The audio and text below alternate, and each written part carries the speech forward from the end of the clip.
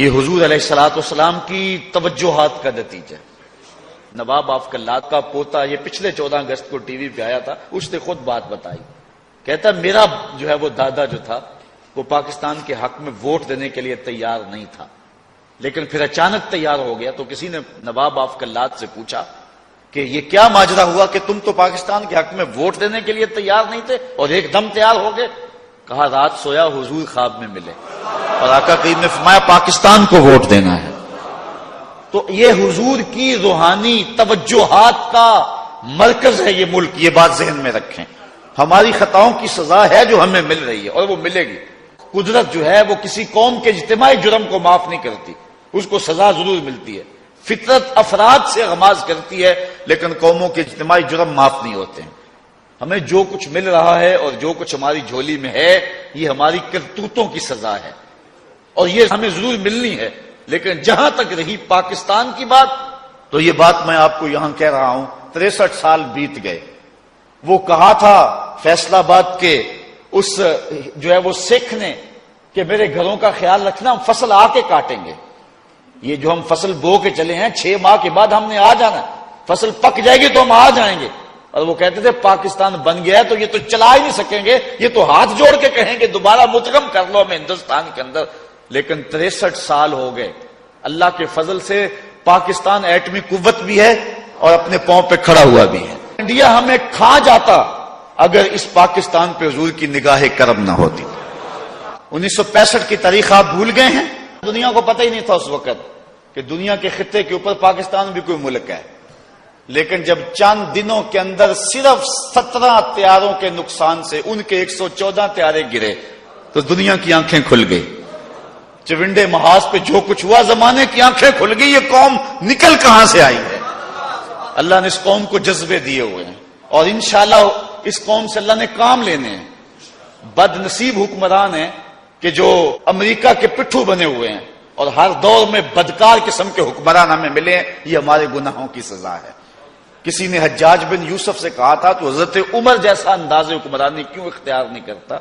تو اس نے 2 لفظی جواب دیا تھا، تبازروا اتعمر لکم، کہا تم ابو ذر بن جاؤ میں عمر بن جاتا ہوں۔ جب رعایا ابو ذر غفاری جیسی ہوتی ہے، حکمران حضرت عمر جیسے ہوتے ہیں، اور جب رعایا اچھی نہیں ہوتی ہے تو پھر اللہ کی رحمتوں کی چھتڑیاں نہیں تانی جاتی۔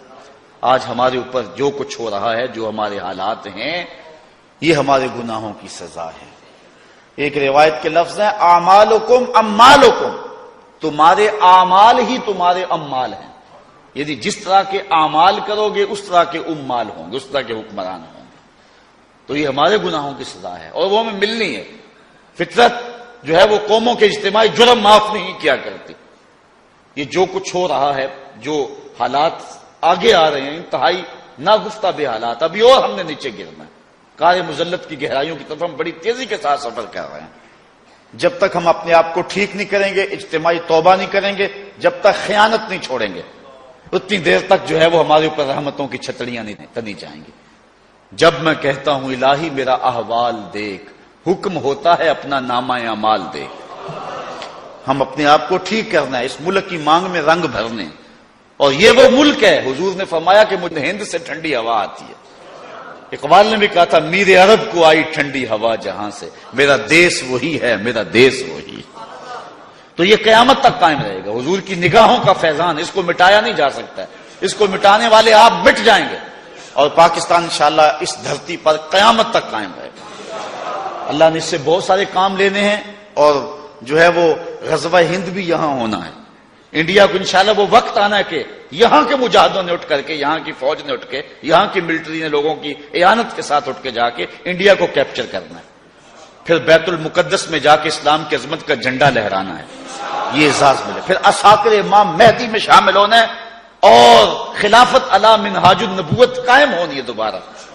اور اقبال نے کہا آ ملیں گے سینہ چاکانے چمن سے سینہ چاک، بزم گل کی ہم نفس باد صبا ہو جائے گی، شبنم افشانی پیدا کرے گی میری سوز و ساز، اس چمن کی ہر کلی درداش نہ ہو جائے گی، آسماں سحر کے نور سے ہوگا آئینہ پوش، اور ظلمت رات کی سیما پا ہو جائے گی، شب گریزاں ہوگی آخر جلوائے خورشید سے یہ چمن معمور ہوگا نغمہ توحید سے.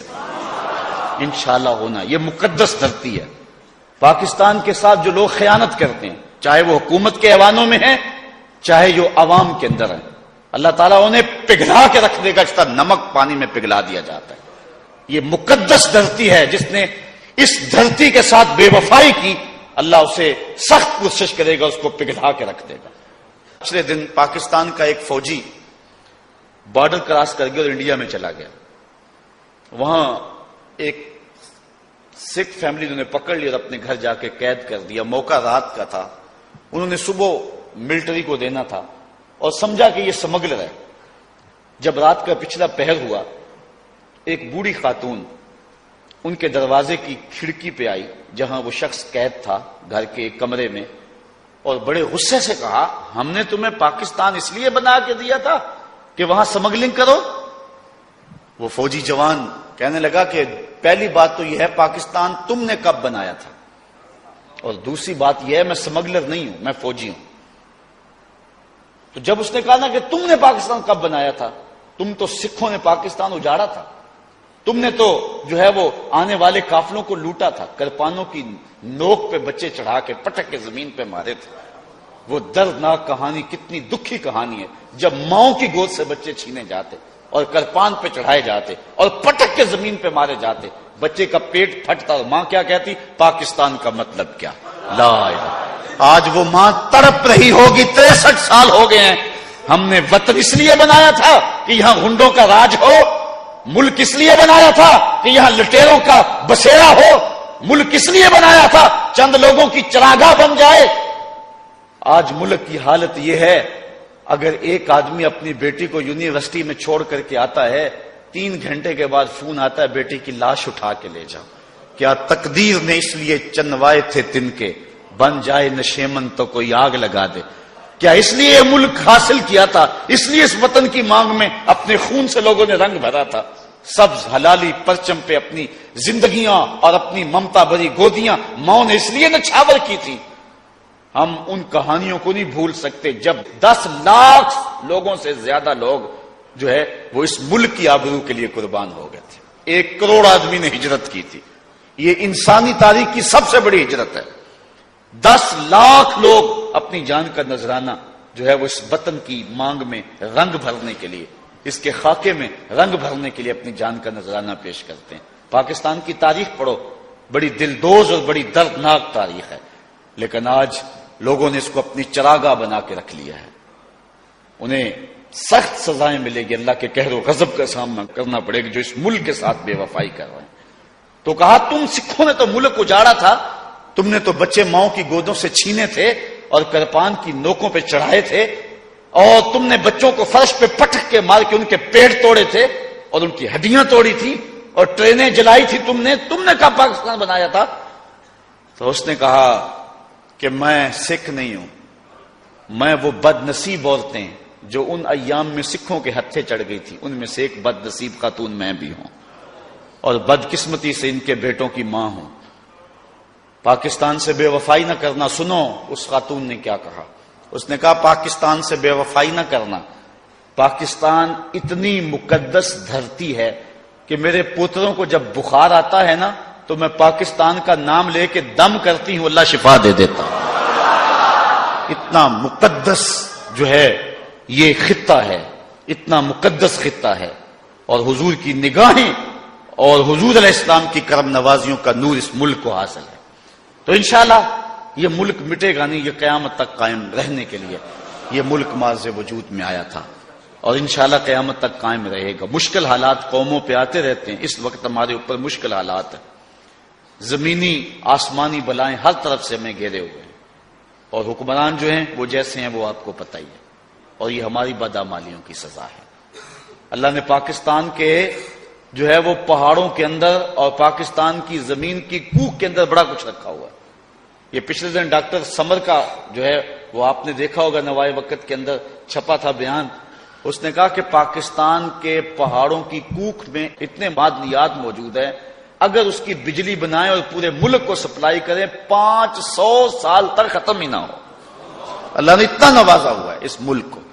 لیکن یہ ہماری بدعمالیوں کی وجہ سے آج ہم جس جگہ پہ کھڑے ہیں، اللہ اس وطن کو امن دے۔ تو بات کر رہا تھا کہ اس ملک کی بنیاد اس دو قومی نظریے پہ ہے۔ تو ابو لہب سے تعلق ختم، لگتا رشتے میں چچا ہے، لیکن حضرت سلمان کو پکڑ کے سینے سے لگایا۔ اللہ اکبر۔ حضور نے جب اپنا خانہ کرم پھیلایا نا اور دعوت دین دی، دیکھیے یہ برادری کیسے بنتی ہے، قومیت کیسے بنتی ہے، وطن کی مٹی سے نہیں بنتی، قومیت کی اساس دیکھیے۔ عرب میں کالے رنگ کا شخص ہے جس کا نام ہے اسود۔ اسود ویسے بھی کالے کو کہتے ہیں، حجر اسود کو حجر اسود اس لیے کہتے ہیں سیاہ رنگت کا ہے، حضرت اسود۔ اللہ اکبر۔ جب اسلام کا نور چمکا نا تو اسود نامی یہ غلام حضور کی خدمت میں حاضر ہو گیا۔ رنگ کا کالا، ذات کا غلام، کوئی پاس بٹھانے کے لیے تیار نہیں، اور عرب میں یہ اونچ نیچ بہت ساری تھی۔ حضور کی خدمت میں حاضر ہوا اور عرض کرتا ہے حضور اگر میں ایمان لاؤں تو مجھے کیا ملے گا؟ جنت کی بشارت دی جا سکتی تھی، دوزخ سے چھٹکارے کا مجدہ سنایا جا سکتا تھا، لیکن حکمت والے نبی نے کیا جواب دیا؟ پوچھا حضور اگر میں ایمان لاؤں تو مجھے کیا ملے گا؟ فرمایا جو ابو بکر و عمر کو ملا ہے وہی تجھے ملے گا۔ اللہ اکبر۔ جو انہیں ملا ہے وہی تمہیں ملے گا، جس صف میں وہ کھڑے ہوتے ہیں اسی صف میں تو کھڑا ہوگا، اور اگر تو پہلے آ جائے وہ بعد میں آئے، کوئی طاقت نہیں ہے جو تجھ کو آگے سے اٹھا کے پیچھے کر دے۔ اس نے کہا مجھے تو کوئی پاس بٹھانے کے لیے تیار نہیں ہے، اور اگر اسلام مجھے عزت نفس اتنی دیتا ہے تو پھر آپ ہاتھ بڑھائیے اور مجھے اسلام میں داخل کر لیجیے۔ اقبال کہتا ہے اسود از توحید احمر می شود، اسود از توحید احمر می شود، خیش فاروق و ابو ذر می شود۔ وہ کہتے ہیں اسود توحید کے فیضان سے گوری رنگت والوں کے کندھے سے کندھا جوڑ کے کھڑا ہونے کے قابل ہو جاتا ہے۔ یہ اسلام کا دیا ہوا دین ہے۔ تقوی کی بنیاد پہ قوم معز وجود میں آتی ہے، رنگ و نسل کا یہاں کوئی اعتبار نہیں ہے، وہ صرف معرفت اور پہچان کے لیے۔ یہ جو چودھری کمی کا تصور ہے یہ ہندو معاشرے کا سسٹم ہے جو ابھی تک ہمارے اندر سے نکلا نہیں ہے، اسلام اس کی قطعا نفی کرتا ہے۔ حضور نے جو ہے وہ حجۃ الوداع کے موقع پہ فرمایا میں ان نسلی تفاخر کو آج اپنے پاؤں تلے رونتا ہوں، اور آقا کریم نے سب ان تفاخر کو ختم کر دیا اور ان اکرمکم عند اللہ اتقاکم اس بنیاد کو قائم کیا۔ یہ اسلام کا دیا ہوا نظام ہے اور یہ اسلام کی قومیت کی اساس ہے۔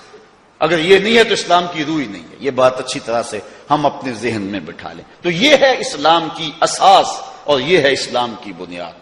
اب یہاں اقبال کا تھوڑا سا لہجہ دیکھ لیں، بات لمبی ہو رہی ہے۔ اقبال نے جو دلائل دیے نا اس پہ کہ دو قومی نظریہ اس کی بنیاد وطن کی مٹی نہیں ہے، حضور کی ذات ہے، تو وہاں اقبال کا انداز دیکھیے۔ وہ کہتا ہے دل بمحبوب حجازی بستائیں، دل بمحبوب حجازی بستائیں، زی جہت با یک دیگر پیوستائیں۔ حضور جو حجاز کے محبوب ہیں، محبوب حجازی سے ہمارا دل جڑا ہوا ہے، اور ہم اس وجہ سے ایک دوسرے سے جڑے ہوئے ہیں۔ چوں گلے صد برگ مارا بو یکیس، او کے جانے ای نظاموں او یکیس۔ یہ گٹے کا پھول دیکھے اسے گلے صد برگ کہتے ہیں ادبی زبان میں۔ 100 پتیاں ہوتی ہیں اس پھول کی، پتیاں 100 ہیں لیکن ہر پتی سے خوشبو ایک ہی آتی ہے۔ کہا کوئی عرب کا، کوئی عجم کا، کوئی کہاں کا، کوئی کہاں کا، لیکن سب سے خوشبو محمدی ہی آئے گی۔ یہ ہے قومیت کی اساس، یہ ہے قومیت کی بنیاد۔ ہزاروں قومیں وجود میں آئیں دہر میں خشک و تر کے رشتے سے، ہم نے بنیاد دوستی رکھی یاد خیر البشر کے رشتے سے، اور یہی پاکستان کی لا الہ الا اللہ کے رشتے سے لوگ جڑے اور دنیا کے کونے کونے سے جو ہے وہ اکٹھے ہوئے، اور یہ قومیت کی بنیاد ہے اور یہ قومیت کی اساس ہے، اور اسی اساس اور اسی بنیاد کو ہم نے اپنی نسلوں میں منتقل کرنا ہے۔ آج جہاں پاکستان کو توڑنے کی اور سازشیں کی جا رہی ہیں اور دیدہ اور نادیدہ ہاتھ جو ہے اس کے لیے پوری قوت کے ساتھ کام کر رہے ہیں، تو ایک حصی انداز اور غیر حصی انداز یہ بھی ہے کہ جو ہے پاکستان کے نظریے کو کمزور کر دیا جائے، اور آئے دن اس کے اوپر کلہاڑے چلائے جاتے ہیں۔ پاکستان کا نظریہ دو قومی نظریے کی بنیاد پہ یہ ملک ماضی وجود میں آیا تھا، اور قومیت کی وہ اساس اور قومیت کی وہ بنیاد ہی اس پاکستان کی بقا کی ضمانت ہے۔ ہم نے اس فکر کو اپنی نسلوں کے اندر بھی منتقل کرنا ہے اور اس سوچ کو اپنے جو ہے وہ آنے والی نسلوں کو بھی آگے پہنچانا ہے۔ اللہ میرے وطن کی حفاظت فرمائے، اس ملک کو امن کا نور نصیب کرے۔ ملک کے طول و عرض کے اندر مختلف آفتیں، اذیتیں اور مصیبتیں جس طرح سے اتر چکی ہیں، اس کے لیے ہم نے ہاتھ بٹانا ہے، مدد کرنی ہے اور ملک کی مانگ کے اندر رنگ بھرنا ہے، اس ملک کی حفاظت اپنے جان و دل سے کرنی ہے۔ وآخر دعوانا ان الحمد للہ رب